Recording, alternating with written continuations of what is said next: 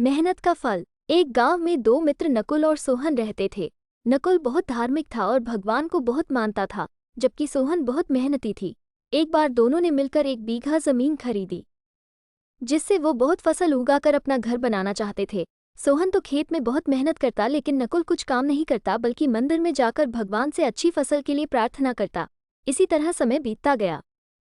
कुछ समय बाद खेत की फसल पककर तैयार हो गई, जिसको दोनों ने बाजार ले जाकर बेच दिया और उनको अच्छा पैसा मिला। घर आकर सोहन ने नकुल को कहा कि इस धन का ज्यादा हिस्सा मुझे मिलेगा, क्योंकि मैंने खेत में ज्यादा मेहनत की है।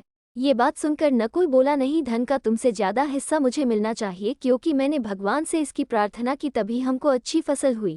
भगवान के बिना कुछ संभव नहीं है। धन के बंटवारे को लेकर दोनों गांव के मुखिया के पास पहुंचे।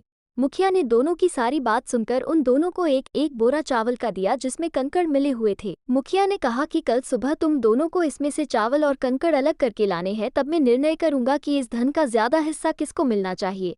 दोनों चावल की बोरी लेकर अपने घर चले गए। सोहन ने रात भर जागकर चावल और कंकड़ को अलग किया। नकुल चावल की बोरी को लेकर मंदिर में गया और भगवान से इसके लिए प्रार्थना की। अगले दिन सुबह सोहन जितने चावल और कंकड़ अलग कर सका उसको ले जाकर मुखिया के पास गया, जिसे देखकर मुखिया खुश हुए। नकुल वैसी की वैसी बोरी को ले जाकर मुखिया के पास गया। मुखिया ने नकुल को कहा कि दिखाओ तुमने कितने चावल साफ किए हैं। नकुल ने कहा कि मुझे भगवान पर पूरा भरोसा है, चावल साफ हो गए होंगे। जब बोरी को खोला गया तो चावल और कंकड़ वैसे के वैसे ही थे। जमींदार ने नकुल को कहा कि भगवान भी तभी सहायता करते हैं जब तुम मेहनत करते हो। इसके बाद नकुल भी सोहन की तरह खेत में मेहनत करने लगा और अब की बार उनकी फसल पहले से भी अच्छी हुई। सीख। इस कहानी से हमें ये सीख मिलती है कि हमें कभी भी भगवान के भरोसे नहीं बैठना चाहिए। हमें सफलता प्राप्त करने के लिए मेहनत करनी चाहिए।